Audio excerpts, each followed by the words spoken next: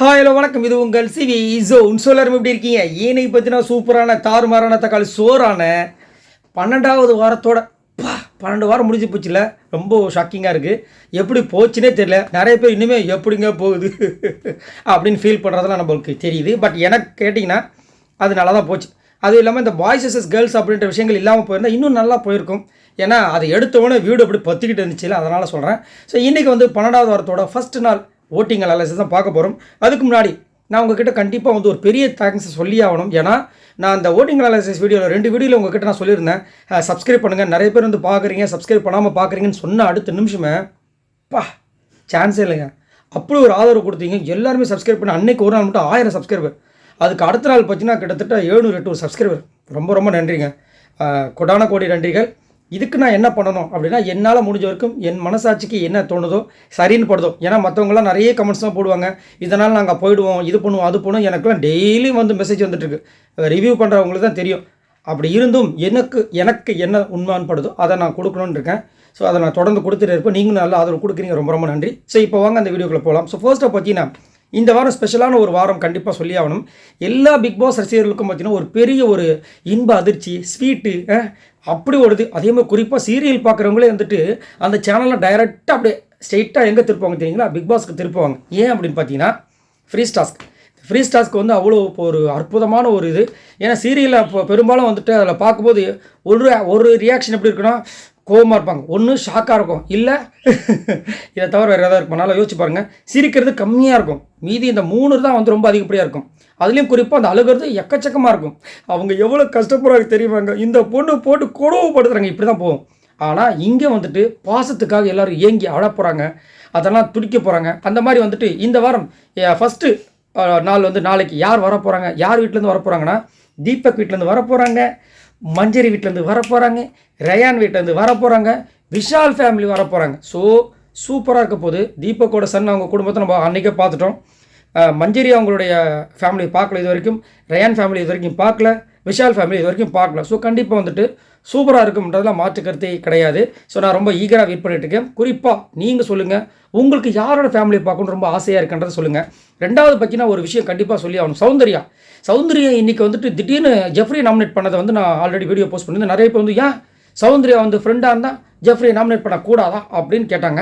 நான் அந்த மாதிரி அர்த்தத்தில் சொல்ல. என்ன மேட்டர்னா, சௌந்தர்யா வந்து ஜெஃப்ரியை நாமினேட் பண்ணுறதுக்கு 100% இல்லை, 200% வந்துட்டு அவங்களுக்கு உரிமை இருக்குது. ஆனால் நேற்று ஜாக்லின் வந்து சௌந்தர்யா ஜெஃப்ரியை பற்றி பேசும்போது ஒரு ரியாக்ஷன் கொடுத்தாங்க பார்த்தீங்களா, பாவம் அவன் இந்த பொண்ணு இப்படி வந்துட்டு பழிய போட்டுட்ருக்கு அப்படின்னு ஒரு ரியாக்ஷன் கொடுத்தாங்களே, அங்கே ஒரு நம்பிக்கை கொடுக்குறாங்களே ஜெஃப்ரிக்கு, அந்த நம்பிக்கை தான் வேணான்றேன். நீங்கள் வந்துட்டு ஆமாம் உண்மையிலேயே நான் ஜெஃப்ரியை தான் நாமினேட் பண்ண போகிறேன்ற மாதிரி ஜாக்லின் மாதிரி கொஞ்சம் வெளிப்படையாக இருந்தீங்கன்னா சந்தோஷம். அங்கே வந்துட்டு ஒரு விஷயத்தை கிரியேட் பண்ணிவிட்டு இங்கே வந்துட்டு அவன் பண்ணுறது சரியில்லை, அவன் ஃப்ரெண்ட்ஷிப் பண்ணுற ஒரு விஷயத்தை வச்சுட்டு அவன் நம்ம யார் சொன்னாலும் கேட்கவே மாட்டான் அப்படின்னா, இதைத்தானே ஜாக்லின் சொன்னாங்க, அங்கே எதுக்கு மூஞ்சி சுழிச்சிங்கன்றதை என்னோட கேள்வி. அப்படின்னு பார்க்கும்போது இங்கே வந்துட்டு சௌந்தர்யா ஜெஃப்ரியை நாமினேட் பண்ணது என்னை பொறுத்த வரைக்கும் தப்பு. ஜெஃப்ரி இதை பண்ணார். கேட்டாங்க நிறைய பேர், ஏன் ஜெஃப்ரி கூட தான் சௌந்தர்யா நாமினேட் பண்ணார். ஆமாம், அதனால தான் ஜெஃப்ரி வந்துட்டு அவருடைய இது சரியில்லைன்னு சொல்லிட்டு போன வாரம் வீடியோ போட்டோம்ல. இப்போ இவங்க அதே விஷயத்தை பண்ணால் அப்போ அதுவும் தப்பு தானே. இதுதான் விஷயங்கள். என்னையை பொறுத்த வரைக்கும் சௌந்தர்யா வந்துட்டு ஜெஃப்ரி கூட தான் வந்து ஃபுல்லாக அட்டாச்மெண்ட்டாக இருக்கும்போது, அப்படி அதாவது நீ பண்ணுறதாண்டா கரெக்ட், அவங்க கிடக்கிறாங்கடா அப்படி இப்படிலாம் வந்து ஒரு சப்போர்ட்டை கொடுத்துட்டு திடீர்னு இவங்க வந்து நாமினேட் பண்ணுறது என்னை பொறுத்த வரைக்கும் தப்பு. உங்களுக்கு என்ன தோணுதுன்ற சொல்லுங்கள். மூணாவது பார்த்தீங்கன்னா இந்த வாரம் கண்டிப்பாக வந்துட்டு நான் பாயாசம் ஊற்றியே தீருவேன்னு சொல்லிட்டு ரெடியாக இருக்காங்க ஜெஃப்ரிக்கு. என்ன நடக்க போது தெரியல. இப்போ வாங்க அந்த அனலைசிஸ் வீடியோக்குள்ளே போகலாம். அதுக்கு முன்னாடி இந்த வாரம் யார் வெளியே போகணும் நீங்கள் நினைக்கிறீங்கன்றதை சொல்லுங்கள்.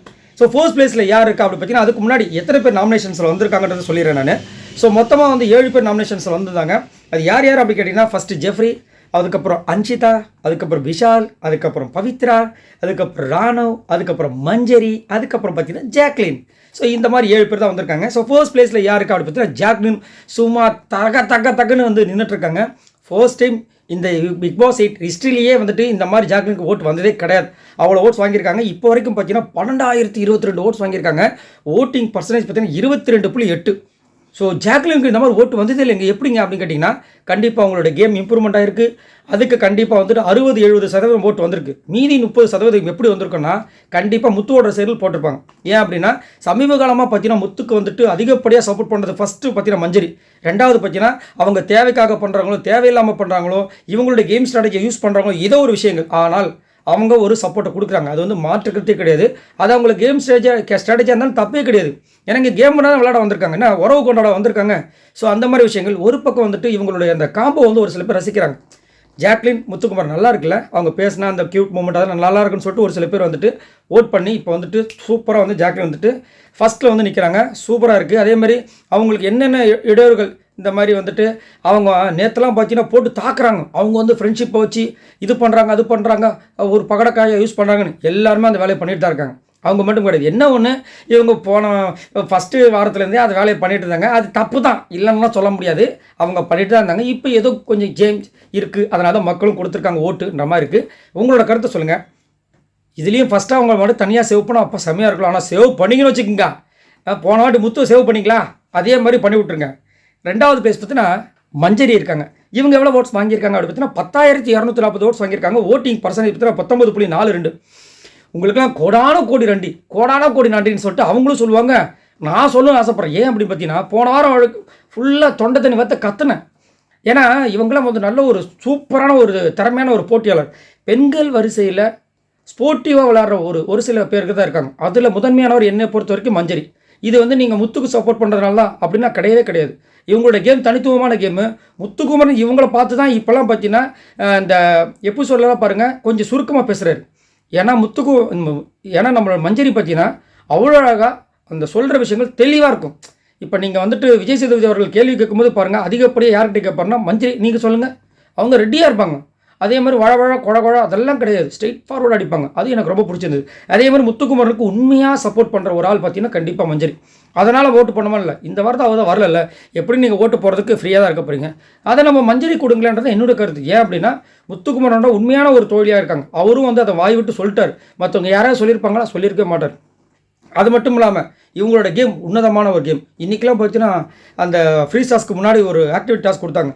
அதில் அவங்களுடைய மகன் சின்ன பையன் நிலவான், அந்த பையனோட இதுவும் அவங்க ஹஸ்பண்டோட விஷயங்களும் சொல்லும்போது அவ்வளோ கண் கலங்குது. இங்கே வெளியில் வந்து நல்லா போல்டாக இருக்காங்க, ஆனால் உள்ளுக்குள்ளே பார்த்தீங்கன்னா எல்லாமே அப்படி தான். இப்போ ஒரு ஜென்ஸாக இருந்தாலும் சரி, லேடிஸாக இருந்தாலும் சரி, வெளியில் வந்துட்டு ஒரு மேனேஜர் லெவலில் இருந்தாலும் ஒரு பெரிய ஆளாக பதவியில் இருந்தாலும் வீட்டுக்குள்ளே போயிட்டாங்கன்னா அது வேறு மாதிரி ஒரு போகும். அதுதான் ஒரு குடும்பம். ஒரு சில பேர் வீட்டுக்குள்ளேயும் வரப்பா தான் இருப்பாங்க, வெளியிலும் கஞ்சி போட்டு வரப்பா தான் இருப்பாங்க. பட் அது லைஃப் கிடையாது. அந்த இது அப்படியே ஒரு மாதிரி தான் போகும். பட் இதுதான் இந்த குடும்பத்துக்குள்ளே வந்துட்டு நம்மளுக்கு யார் இதெல்லாம் கிடையாது. இங்கே அம்மா, இங்கே அப்பா, அந்த குழந்தைக்கு நம்ம அப்படின்னு தான் போகும். அது அழகாக சொன்னாங்க. நான் இவங்களோட ஃபேமிலியை பார்க்கணும் ரொம்ப ஆவலாக இருக்கேன். அதுவும் அவங்களோட கணவரை பற்றி சொன்னாங்க பாருங்கள், ரொம்ப அழகாக இருந்துச்சு. பார்க்கலாம். 3வது பிளேஸ் ராணவ் இருக்கார். இவர் எவ்வளோ ஓட்ஸ் வாங்கியிருக்காரு அப்படின்னு 7,860 ஓட்ஸ் வாங்கியிருக்காரு. ஓட்டிங் பர்சன்டேஜ் பார்த்தீங்கன்னா 14.91. ஸோ ராணவ் 3வது பிளேஸில் வந்திருக்காரு. ஓஹோ ரைட்டு. சரி, ராணவ் அவரோட கேம் எப்படி இருக்குது அப்படின்னு கேட்டிங்கன்னா கண்டிப்பாக வந்துட்டு ஏதோ ஒன்று பண்ணுறாரு, ஏதோ ஒன்று வெளியே பண்ணிட்டு தான் உள்ளே வந்திருக்காரு. அது வந்து மாற்றுக்கிறது கிடையாது. ஏன்னா வைல்ட் கார்டு என்ட்ரியில் வந்துட்டு சௌந்தர்யாவோட நீங்கள் அதிகமான ஓட்டு வாங்கியிருக்காங்கன்னா அது எவ்வளோ பெரிய மேட்ரு. ஏன் அப்படின்னா சௌந்தர்யா வந்துட்டு பிஆர் இருக்குது, அது இருக்குது, இது இருக்குதுன்னு சொல்கிறாங்க. அவங்கள விட அதிகமாக நீங்கள் ஓட்டு வாங்குறீங்க. நீங்கள் வந்து கேம் நல்ல கேம் கொடுத்துருக்கீங்களா கேட்டிங்கன்னா இது வரைக்கும் கேப்டன்ஷிப்க்கு உண்டான தகுதினா இதுக்கு வந்தது கிடையாது. பெஸ்ட்டு பர்ஃபார்மன்ஸில் வந்தது, ஒஸ்ட்டு பர்ஃபார்மன்ஸில் வேணால் வந்திருக்காரு. மற்றபடி என்ன கொடுக்குறாருன்னா ஜாலியாக இருக்கார், ஏதோ ஒரு வேலை பண்ணுறாரு. அங்கே வந்து ஏதாவது ஒரு பண்ணணும், டீலிங் போட்டு ஃபஸ்ட்டே வந்து டீலிங்கு ப்ராங்க் நிறைய எக்கச்சக்கம் பண்ணுறாரு. இதுதான் இதுக்கு வந்துட்டு மக்கள் வந்து உடனே வந்துட்டு ரன்னராக கொடுத்துருவாங்க. ஒரு சில பேர் வின்னராக கொடுக்கணும். அட்டா என்ன ஆசை அப்படியே இருந்துச்சு. அதேமாதிரி இன்றைக்கி ஒரு சூப்பராக ஒரு விஷயம் சொன்னார். அவங்க தங்கச்சிக்கிட்ட 2 வருஷமாக பேசலையா, எங்கே அவ்வளோ பெரிய சண்டை என்னங்க ஆச்சு அப்படின்னு கேட்டால், ஆமாங்க ஒரு ரிமோட்டில் பிரச்சனை ஆயிடுச்சுங்க. ரிமோட் பிரச்சனை ஆயிடுச்சுன்னா கடையில் கொடுத்து சரி பண்ண வேண்டியதான். அது இல்லைங்க, அது ரிமோட் வந்துட்டு கொடுக்க மாட்டேன், ஏதோ ஒரு பிரச்சனை வந்துருச்சுங்க, அந்த பிரச்சனையை நான் மறந்துட்டேங்க, அட போங்க. அது பிரச்சனையே மறந்துச்சுன்னா இப்போ பொண்ணுக்கிட்ட போய் பேச வந்தவங்க தங்கச்சிக்கிட்ட அப்படின்னா எங்கள் அம்மாவுக்கு வந்துட்டு அதில் கொஞ்சம் டென்ஷன் ஆகிட்டாங்க. எங்கள் அம்மா எனக்கு ரொம்ப பிடிக்கும், அதனால் நான் என் தங்கச்சிக்கிட்ட பேசுகிறேன். ஏன்ப்பா வீட்லேயே இருக்க போகிற அம்மா கிட்டே பேசுகிறியே, ஒரு நாள் உன்னை விட்டுட்டு அடுத்தவங்க வீட்டுக்கு போகிற உன் தங்கச்சிக்கிட்ட பேசுனியா, போய் முதல்ல அதை வேலை பண்ணியா. பிக் பாஸ் ராணுவ ஃபேமிலியிலேருந்து அவங்க தங்கச்சி முதல்ல கூப்பிட்டு வந்துட்டு 2 பேரும் வந்து ஒன்று சேர்த்து வைங்க அப்படின்றது என்னோட கருத்து. அந்த அளவுக்கு சைல்டிஷாக இருக்காப்புல. என்னத்தை சொல்ல, அதான் அது நல்லா இருக்குது, பார்க்கறதுக்கு நல்லா இருக்குது. ஆனால் இது மட்டுமே போதுமா அப்படின்றத என்னோட கருத்து. உங்களோட கருத்தை சொல்லுங்கள். 4வது பிளேஸ் பார்த்தீங்கன்னா பவித்ரா இருக்காங்க. இவங்க எவ்வளோ ஓட்ஸ் வாங்கியிருக்காங்க அப்படி பார்த்தீங்கன்னா 7,159 ஓட்ஸ் வாங்கியிருக்காங்க. ஓட்டிங் பர்சன்டேஜ் பார்த்தீங்கன்னா 13.58. லிங்கேஷை கேட்டாவே நம்மளுக்கு ஐப்படம் தான் ஞாபகத்து வருது. என்னப்பா லிங்கேஷா அப்படின்னு அவங்க சொல்லுவாங்க. ஸோ லிங்கேஷ் வந்துட்டு இவங்களுடைய சித்தி பையனும் சம்திங் ஏதோ ஒரு பையன் சொன்னாங்க, அவங்களுக்கு ரொம்ப பிடிக்குமா. அந்த பையன் வந்தால் எனக்கு ரொம்ப ஹாப்பி அப்படின்ற மாதிரி சொல்லியிருந்தாங்க. அவங்களுடைய அம்மா சித்தி எல்லாரையும் மிஸ் பண்ண தான் சொன்னாங்க. அதேமாதிரி அப்பாவாக இருந்த நம்மளுடைய ரஞ்சித் சாரும் போன வாரம் தான் போனார். ஸோ ரொம்ப ஹாப்பியாக தான் இருக்காங்க. ரொம்ப ஒரு எக்ஸ்பெக்டேஷன் வந்துருச்சு. அதேமாதிரி இவங்களோட கேம் எப்படி கேட்டிங்கன்னா, ஒரு என்ன சொல்கிறது, அதாவது இப்போ முத்துக்குமரன் பண்ணது கரெக்டுன்னு சொல்லிடுறாங்க. ஆனால் முத்துக்குமரன் வந்து இந்த மாதிரி நினச்சது தப்புன்னு சொல்லிடுறாங்க. அதாவது ஒரு ஒரு நிலையில்லாத ஒரு கேமாக இருக்காங்க. இன்றைக்கி அழகாக வந்துட்டு மஞ்சரி தான் சொன்னாங்கன்னு நினைக்கிறேன். பவித்ரா நாமினேட் பண்ணது அவங்க தான் நினைக்கிறேன். அதாவது தன்னோட கருத்தை வந்து ஃபஸ்ட்டு வைக்க மாட்டாங்க. ஃபஸ்ட்டு அதுக்கப்புறம் வச்சாங்களாம் கூட ஒரு கருத்து இப்போ வச்சுறாங்க வச்சுங்களேன். திரும்ப வந்துட்டு பார்க்குறாங்க எல்லோரும் என்னென்ன கருத்து சொல்கிறாங்கன்னு. அதுக்கப்புறம் அந்த கருத்து ஓகே இதுதான் அதிகமாக மெஜாரிட்டியாக இருக்குது, நம்ம இப்போ தனியாக இருந்தோன்னா பிரச்சனை ஆகிடும், அப்போ தம்னு அங்கே போய் ஜம்ப் ஆகிடும்னு சொல்லிட்டு டமான்னு அங்கே போய் ஜம்ப் ஆகிடுறாங்க. எஸ் ஷீ இஸ் கரெக்டுன்ற மாதிரி போயிடுறாங்க. ஏமா உங்களுக்குன்னு ஒரு தனியான ஒரு கேம் இருக்குது, அதை நீங்கள் கொடுத்துட்டு போகலாமே. ஏன்னா உங்களை வந்து லைக் பண்ணுறதுக்கு இப்போ வந்து மக்கள் வந்துட்டாங்க. ஏன்னா உங்களை வந்துட்டு க்யூட் பொண்ணு, ரொம்ப நல்ல பொண்ணு, தங்கமான பொண்ணு அப்படின்லாம் சொல்கிறாங்க. அப்படின்னு இருக்கும்போது நீங்கள் வெளிப்படையாக எது சொன்னாலும் இங்கே ஹிட் ஆகும். ஆனால் நீங்கள் வெளிப்படையாக சொல்லாமல் என்ன பண்ணுறீங்க, யார் அதிகப்படியாக வெளிப்படையாக சொல்கிறாங்களோ அந்த கருத்துக்கு நீங்கள் போய் செவி சாய்க்கிறீங்க, தலை சாய்ச்சிறீங்க. அது வேண்டான்றது என்னோட கருத்து. ஆனாலும் வந்துட்டு இப்படியே போயிட்டுருக்கு. ஆனால் இதே வேலையை பண்ணிட்டு இருந்தாங்கன்னா கண்டிப்பாக டாப் 5 நிற்கிறதுக்கு வாய்ப்பே கிடையாது. பவித்ரா நடுவில் இடையிலே வந்துட்டு கைட்டு விட்டுருவாங்கன்றது என்னோட கருத்து. 5வது பேஸ் பார்த்தீங்கன்னா விஷால் இருக்கார். இவர் எவ்வளோ ஓட்ஸ் வாங்கியிருக்காரு அப்படி பார்த்தீங்கன்னா 6870 ஓட்ஸ் வாங்கியிருக்காரு. ஓட்டிங் பர்சன்டேஜ் பார்த்தீங்கன்னா 13.03. ஸோ விஜய் விஷால் மறக்க முடியாத நாள். போன வாரம் அதுக்கு முந்தின வாரம் போட்டு பொலம் பொழந்தாங்க. ஆட்டிடியூட் வந்து ரொம்ப அதிகப்படியாக இருக்குது. நேற்று வந்து விஜய் விஷாலை வந்து விஜய் சேதுபதி அவ்வளோ அழகாக பேசுகிறாரு. இந்த அளவுக்கு வந்து பொறுமையாக ஒருத்தரை கலாய்க்க முடியாது. ஆனால் அவருக்குள்ளே கோபம் இருக்குது. ஏன்னா ஒரு நெக்குள் கலந்த ஒரு, நீங்கள் நல்லா நோட் பண்ணிங்களான்னு சொல்லுங்கள், நான் அந்த வீடியோலாம் போடலை, எனக்கு சமகாண்டாச்சு. ஏன் அப்படின்னா அவர் அங்கே வந்து சொல்லிட்டு இருக்காரு, அன்ஷிதா வந்துட்டு என்ன சொல்லியிருப்பாங்க அப்படி அங்கேருந்து கேட்டால் நான் பண்ணலைன்ற அந்த டோன்லேயே தெரிஞ்சுது. நீ என்ன சொல்கிறது சொல்ல நான் பார்த்துக்கிறேன் அப்படின்ற மாதிரி. அதுவும் பேசும்போதும் இப்படி பண்ணிக்கிறது என்ன ஆட்டிடியூட் நான் கேட்குறேன். நான் உங்களை ஒருத்தங்க வந்து வச்சு செஞ்சுக்கிட்டு இருக்காங்க, அங்கே போய்ட்டு தலைமுடி நல்லா இது ட்ரெஸ்ஸு நல்லா இருக்கா தலைமுடி நல்லா இருக்கான்னு பார்த்துட்டு இருந்தான். எவ்வளோ நுக்கு அவ்வளோ நெக்கில் இருக்கான்னு சொல்லிட்டு பொழந்தார். வந்தவனே வச்சு செஞ்சார். அதுலேயும் வந்துட்டு அந்த பிரேக்கில் போய் டிஸ்கஷன் பண்ணதை பிடிச்சி வந்தவனே செஞ்சார். ஏன்பா நீ வந்துட்டு அன்றைக்கி அருணுக்கு வந்துட்டு அவ்வளோ அட்வைஸ் பண்ணல, ஏன் அட்வைஸ் பண்ணீங்க, அது தப்பு, அவங்க அன்றைக்கி சொல்லிட்டாங்களா நீ புரிஞ்சுக்குன்னு சொன்னல, அவருக்கு ஒன்று நீ பண்ண மட்டும் கரெக்டாக. அருணுக்கு அட்வைஸ் பண்ணும்போது இனிச்சது இப்போ உனக்கு கசக்குதான்ட்டார். டைரெக்ட் அப்படியே அடிச்சார். அங்கே இனிக்குது இங்கே உனக்கு கசக்குதோ வச்சு செய்கிறேன். இல்லை சார் சாரி எனக்கு வேணாம் உட்காங்க அப்படின்ட்டார். ஆனால் அதே மனுஷன் கடைசியாக போகும்போது என்ன சொன்னார், ஐ லவ் யூடா நல்லா பண்ணு அப்படின்னாரு. அதுதான் விஜய் சேதுபதி சூப்பராக இருந்துச்சு. ஆனால் Vijay Sethupathi sir super sir, நீங்கள் அடுத்தது வரேன். 6வது பேஸ் பார்த்தீங்கன்னா அன்ஷிதா இருக்காங்க. இவங்க எவ்வளோ ஓட்ஸ் வாங்கியிருக்காங்க அப்படி பார்த்தீங்கன்னா 4992 ஓட்ஸ் வாங்கியிருக்காங்க. ஓட்டிங் பர்சன்டேஜ் பார்த்தீங்கன்னா 9.47. ரொம்ப எமோஷனலான டைப், அது வந்து மாற்றுக்கிறதே கிடையாது. இவங்க அழுதாங்கன்னா ஒரு டைம் பார்த்தீங்கன்னா இவங்க அழுதாங்கன்னா பிக் பாஸ் ரசிகரில் முக்கால்வாசி பேர் அழுதாங்க. இப்போ இவங்க அழுதாங்கன்னா எனக்கு தெரிஞ்சு பிக் பாஸ் இருக்கிற முக்கால்வாசி பேரில் கால்வாசி பேரில் 10% வேணால் அழகிறதுக்கு வாய்ப்பு இருக்குது. ஏன்னா மருத்துவங்களுக்குலாம் போகும்போது இந்த பொண்ணு எப்போ தான் அழுதுட்டுருக்கேன்.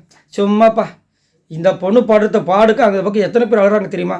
போன வாட்டி இந்த பொண்ணு அந்த மஞ்சரியை பார்த்து நடிக்கிறேன்னு சொன்னால் மஞ்சரி உள்ளே போய்ட்டு அந்த பாத்ரூம் அனுப்ப அப்படியே அழுதுச்சு.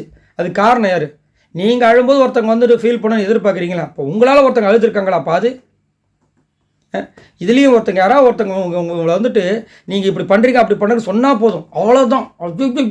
அதோடு அவங்க வந்து ஜென்ம விரோதி ஆயிடுறாங்க. அதே மாதிரி 2 பேரும் வச்சு கிளியும் கிழிச்சாங்க. இவங்களையும் விஜய் விஷாலையும் தேவையான்னு கேட்குறேன். நீங்கள் எதுக்காக இங்கே வந்திருக்கீங்களோ அதை மைண்டில் வச்சுக்கணும். வெளியில் ஏற்கனவே சோசியல் மீடியாவில் எவ்வளோ பிரச்சனைகள் வந்துச்சு, அதை நீங்கள் அவ்வளோ அழகாக வந்து சொன்னீங்க. என்னையை கேட்காம என்னுடைய ஸ்டோரியை அவங்களே எழுதிட்டாங்க. அந்த சொல்லும்போது அந்த வார்த்தையை சொல்லி நீங்கள் அழும்போது உங்களுக்காக நாங்கள் அழுதோம். ஆனால் இப்போ நீங்கள் பண்ணுற வேலைகள் கரெக்டாக. தர்ஷிகா கூட விஜய் விஷால் இருந்தார். தர்ஷிகா வெளியே போனோன்னு இப்போ நீங்கள் 2 பேர் பழகிறது கரெக்டாக. இப்போ வெளியில் இருக்கிற தர்ஷிகாவுக்கு எவ்வளோ வருத்தமாக இருக்கும், நல்லா யோசிச்சு பாருங்கள். அதுக்கு முன்னாடி விஜய் விஷால் வந்துட்டு சூப்பரான ஒரு விஷயத்தை வர பண்ணிடுற. இதில் என்ன ஒரு விஷயத்தை அன்ஷிதா புரிஞ்சுக்கணும்னா, விஜய் விஷால் அவ்வளோ நல்லா பழகின தர்ஷிகா கிட்டே வந்து கடைசியாக வந்து பேசும்போது எனக்கு சுத்தமாக புரியலன்னு அந்த பொண்ணை அனுப்பிச்சிட்டு வெளியில் போனோன்னு ஒரு வார்த்தை சொன்னார், தர்ஷிகா நான் சொல்லி ஆகணும், இப்படி தான் மண்டை அடி பேசுனேன், கண்டிப்பாக நான் சொல்லி ஆகணும், உன்னுடைய அன்பு ரொம்ப ஜென்யூனாக இருந்துச்சு, அந்த ஜென்யூனான அன்புக்கு நன்றின்ட்டார். அப்புறம் என்ன அர்த்தம், தயவு செஞ்சு இதோட இந்த இப்போ இங்கே பேசுன எல்லாத்தையும் விட்டுட்டு போயிரு, இது கேமு, இதுக்கப்புறம் என் பின்னாடி நான் வந்துடாதன்ற மாதிரி இதே தான் உங்களுக்கும் அனுப்பிச்சு தான். தயவு செஞ்சு அதை நோட் பண்ணிக்கங்கிறது என்னோட கருத்து. லாஸ்ட்டாக பார்த்தீங்கன்னா ஜெஃப்ரி, இவர் எவ்வளோ ஓட்ஸ் வாங்கியிருக்காரு அப்படி பார்த்தீங்கன்னா 3590 ஓட்ஸ் வாங்கியிருக்காரு. ஓட்டிங் பர்சன்டேஜ் பார்த்தீங்கன்னா 6.79. ஸோ ஜெஃப்ரி கண்டிப்பாக இந்த வாரம் வந்துட்டு பாயசத்தை இப்படிலாம் இப்படி ஊற்ற போகிறாங்க. ஏன்னா வேறு வழியே கிடையாது. ஏன்னா மேலே இருக்கிற அன்ஷிதாவும் வந்து இவரோட நல்ல ஓட்டு வாங்கியிருக்காங்க. அதுக்கு மேலே விஜய் விஷால்லாம் அங்கேயே ஹார்ட் சீட்லேயே வச்சு தூக்கி உள்ளே உட்கார வச்சிட்டாங்க. இப்போ ஓரளவுக்கு ஓட்டு வர வந்துட்டுருக்கு. காலையில் நான் ஸ்டார்ட் பண்ணும்போதெல்லாம் பார்த்தீங்கன்னா 3வது பிளேஸில் இருந்தார். இப்போ தான் கொஞ்சம் வந்துட்டு கம்மியாக வந்திருக்காரு. ஸோ அப்படின்னு இருக்கும்போது கண்டிப்பாக வந்துட்டு ஜெஃப்ரி இந்த வாரம் வந்துட்டு பாயாசம் இருக்குது.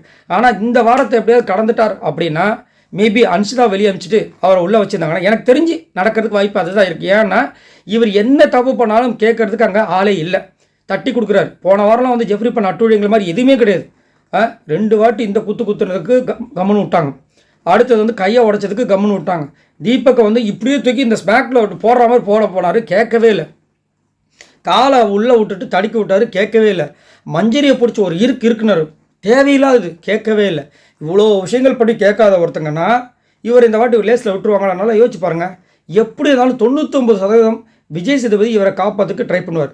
சரிதாங்க, ஓட்டு கம்மியாக இருக்குன்னா சாச்சனாக்கு 2 வாரம் எப்படி இருந்துச்சுன்னு மைண்டில் யோசிச்சு பாருங்கள். சாச்சனா என்ன தான் ஓட்டு ரொம்ப கம்மியாக இருந்துச்சு, அவங்களுக்கு மேலே இருக்கவங்களுக்கு இவங்களுக்கு நிறைய டிஃப்ரென்ஸ் இருந்துச்சு. ஆனாலும் சாச்சனா 2 வாரம் சர்வே பண்ணிட்டு நல்ல பேர் வாங்கிட்டு தான் வெளியே போனாங்க. அதே மாதிரி நடக்கிறது வாய்ப்பு இருக்குது.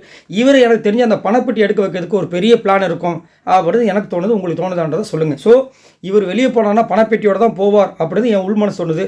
அப்படி இருந்துச்சுன்னா அன்ஷிதா இல்லை விஷால் தான் காலி. விஷாலை விடுறதுக்கு வாய்ப்பு கிடையாது. அப்போ அன்ஷிதா தான் இந்த வாரம் பலியாட இருக்கிறதுக்கு வாய்ப்பு இருக்குன்றது என்னோட கருத்து. ஸோ இவங்க எல்லாரும் மொத்தமாக ஓட்ஸ் இது வரைக்கும் பார்த்தீங்கன்னா 52,733 ஓட்ஸ் வாங்கியிருக்காங்க. ஸோ எனக்கு தெரிஞ்சு இதில் டபுள் எவிஷன் இருக்கிறதுக்கு வாய்ப்பு ரொம்ப ரொம்ப கம்மி. அது வந்து மாற்றுக்கிறதே கிடையாது. ஏன்னா மொத்தமே 7 பேர், இதில் 2 பேர் என்னை எப்படி அனுப்புவாங்கன்னு சொல்லிட்டு எனக்கு ஒரு குழப்பமாக தான் இருக்குது. சரி, இருந்தாலும் நீங்கள் உங்களோட கருத்தை சொல்லுங்கள். இந்த வாரம் யார் வெளியே போகணும்னு நினைக்கிறீங்க? இந்த ஓட்ஸ் படி பார்த்தீங்கன்னா கண்டிப்பாக ஜெஃப்ரி தான் பாயாசம் ரெடி. ஆனால் என்னுடைய உள் மனசு சொல்கிற விஷயங்கள், இது வரைக்கும் நடந்த விஷயங்கள்லாம் யோசிச்சு பார்க்கும்போது சாச்சனாவை எப்படி காப்பாற்றினாங்களோ அதே மாதிரி இவரையும் காப்பாற்றி அடுத்த வாரம் கண்டிப்பாக பணப்பெட்டி வந்துடும் தான் தோணுது. அதில் வந்து ஜெஃப்ரி எடுத்துகிட்டு வெளியே போகிற மாதிரி தோணுது. உங்களோட கருத்துக்களை சொல்லுங்கள். மறக்காமல் இந்த வீடியோக்கு லைக் பட்டன் தட்டி விடுங்க.